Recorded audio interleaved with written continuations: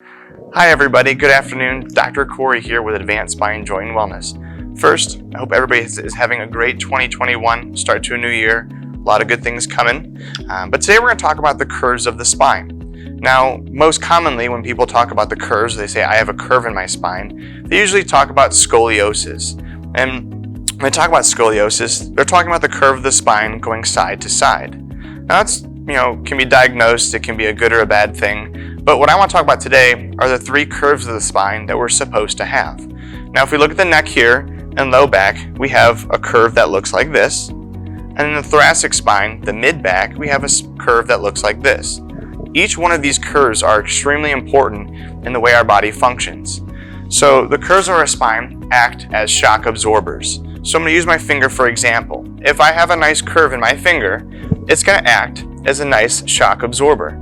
It's going to take stress off the spine from standing up, the amount of gravity on the spine, and just day-to-day activities. If we start to lose these curves of our spine, we can start to have serious problems. If this curve becomes straightened, and I start to do that springing motion again, there's not much springy action there, and if I did this long enough, the joints of my finger would become sore.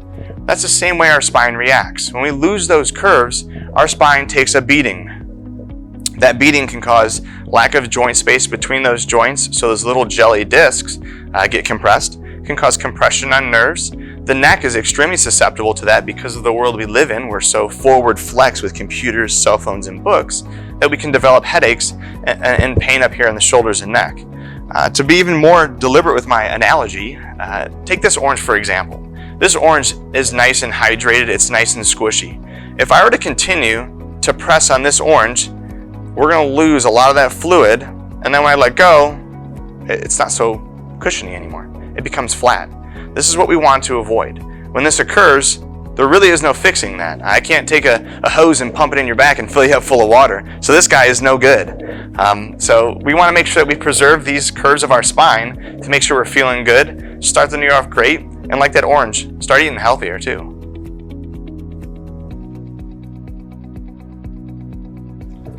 There you go.